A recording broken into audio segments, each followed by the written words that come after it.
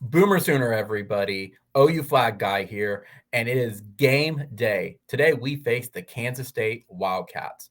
We wrapped up non conference play last week, and now we have our first opponent against a team that's been a thorn in our side since about 2012. Like I mentioned before, the Kansas State Wildcats, and most likely our real first test of the season. The past 3 out of 5 times they've walked into our house and won. And I was at both of those games. It's going to be one of the very rare times I can say personally that I have yet to see us beat this team in person, and I hope to change that tonight. Let's take a little bit of a brief overview of Kansas State. Last week, Kansas State struggled and lost to Tulane 20-10. Now, a lot of people jumped the gun, myself included, throughout the week and said, if they may not be initially as tough as we thought since they lost to Tulane. I got on that boat as well. And then as the week went by, I started to backtrack a little bit. As Nick Saban puts it, that's rat poison. You have to treat every game like it's Alabama, whether it's Georgia or whether it's Kent State, who's playing today, or you get snake bitten and you just end up with hope.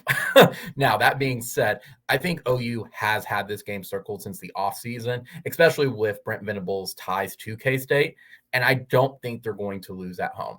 Now, that being said, Venables is also a student of the dark purple Kansas wizard wizard magic, so he should be immune to their trickery. But regardless, it's still going to be a tough game. When you look at Kansas State's key stats, the team as a whole is a very, very solid bunch. There's not really a lot of weaknesses in underclassmen in the trenches that OU could exploit, or specifically in the backfield. Really, there's only two. I think there's one on the O-line and one on the D-line. That's it. All of them are upperclassmen. Already right there, it's going to be a tough, tough team. But, however, when you break it down even further, the offense is not the defense. The offense is having some buyer's remorse with the Adrian Martinez experience. And they are really, really, really missing Skylar Thompson, as they just cannot get anything going on offense. And they are very, very one-dimensional. Now, that being said, Deuce Vaughn is still one of the leading rushers, not only on their team and in the Big 12, but also in the nation as well.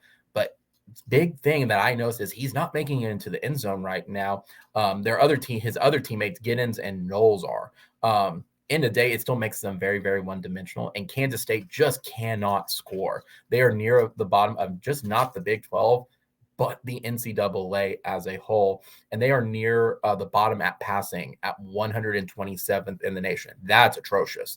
They have only one reliable receiver with Knowles. The rest are just non-existent, whether you want to say that's due to the system not working with Adrian Martinez. If you don't buy into Adrian Martinez, it doesn't matter. The only way they are moving the ball down the field really is by the run game. Now, the flip side of that is the defense, unlike the offense, is not struggling and is near not only the top of the Big 12, but also the NCAA as a whole. That's the number 20 defense in the nation. For reference, we're not that far off at number 35. But however, they do stop teams. They can get into the backfield with Felix Uzama. I think I said it correctly. And they do make sure that these games don't get out of hand. I think the Tulane game for them would have been much worse if their defense was not up to par. Now, that's Kansas State. OU just coming off a suffocating win against Nebraska in Lincoln and winning for the first time in over a decade. The only real thing for OU that they need to keep a lookout for, as they're walking into this game with some minor bangs and bruises, but standard fare, is that White will return for the entire game despite his targeting call at Nebraska. Remember, since that happened in the first half, he can come back and play the entire game. Now, let's get to the keys of the game at this point. I think the biggest one is you have to pressure Martinez to force him to make bad decisions. I think the key difference is going to be on the defense to make those plays. By pressuring Martinez, I think we can get Reggie Grimes and Ethan Downs into the backfield and result in some losses of yardage or some sacks.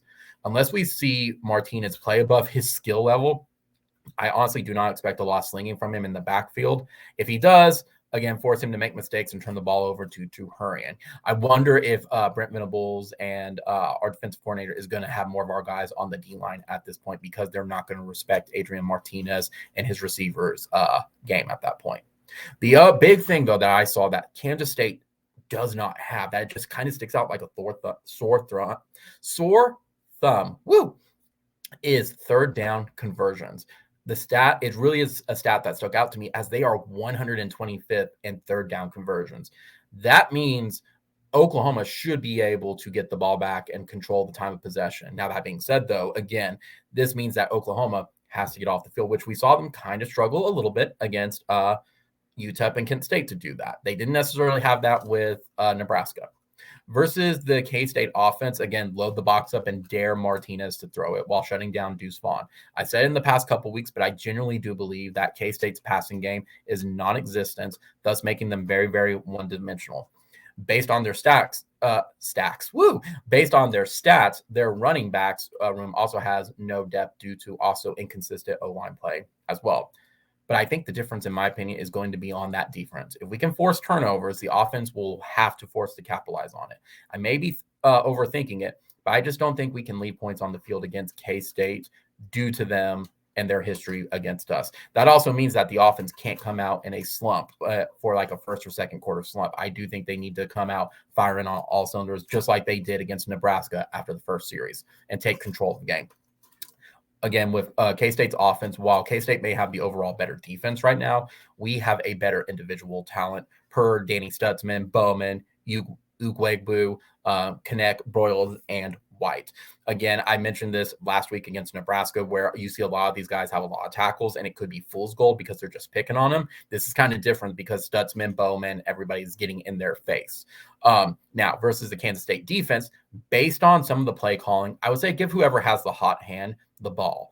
The weeks I have criticized Gray, Marcus Major had the hot hand, and if you all recall, I said he should be the starter. Last week, Marcus Major was not nearly as impactful, in my opinion, and Gray should have been the starter at that point. I said this because we are a little more susceptible to running the ball with them. They are a little bit more susceptible to the running game. So I do think we need to get that established. As long as the O-line is consistent, we should be fine. The other part of it, again, is Dylan has to throw the ball away. I don't think in a game like this we can afford any sacks. I think we need to build up the short passing games before start throwing it down deep, as well as, again, the O-line has to be consistent about it. We can't walk out there with 3 and outs several times. I think Grenville, as well as knows how crazy this game is going to be. So I do expect the crowd as well to be just rabid and hungry. He called us out and wants us to be deafening. So I really do hope, based on the game day atmosphere, what they have planned for the third quarter, everything like that, I do hope that they come loud and ready to scream and keep it K-State distracted at this point. Again, I do think we will answer the call and make it tough for them. Now, my prediction is going to be based on the body of work for the first 3 weeks. I do think OU will win against Kansas State and cover the spread 42-21. I think this will be a back and forth game with OU opening the floodgates near the third quarter due to our D-line just being more stout in the trenches versus their O-line. Though I do think we will finally get a read on this team and where they are at, especially where the O-line is for the second 2/3 of the season. And key skill areas, I do think we should be able to out-talent them when it comes down to it.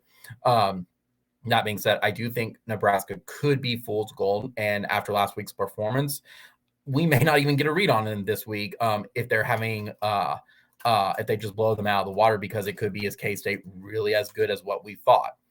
Though then again, I also don't think they're going to have an emotional hangover, as this game was done by the early third quarter against Nebraska. So that being said, guys, I know I said that's what being said, but that being said, that's all I got, Sooner Nation. I think today is going to be a very fun game day. I think it's going to be absolutely bonkers. We're back at home. We're starting conference play. We're under the lights with our new LED lights. The Selman Brothers statue reveal, some rumors about some alternate uniforms being played during the game, and just the last home game for several weeks before they come back for homecoming against Kansas. Not to mention, again, that I expect is a crazy, loud crowd. I think the only thing missing is College Game Day at this point too, and making Kansas a top 25 team and making them undefeated to really set the stage for a absolute bonkers game. If you are attending the game too, be sure to download the OU app, because they're going to be doing a light show at the third quarter. I believe it's at the beginning of the third quarter, and they want everyone's camera lights to sync up so everyone can enjoy the show at this point. So hope you all have a fun time if y'all are going. Boomer Sooner. There's only one Oklahoma, guys. Be sure to comment, rate, subscribe, like, and hit the notification bell for when I upload a video or for when we go live. Expect my post-game review tomorrow morning. as I am attending the game, and expect our recap like we usual against our recap with K-State with my buddy Sean Sunday night. So again, Boomer Sooner, there's only one. Let's go beat the Wildcats and bring home a victory at home.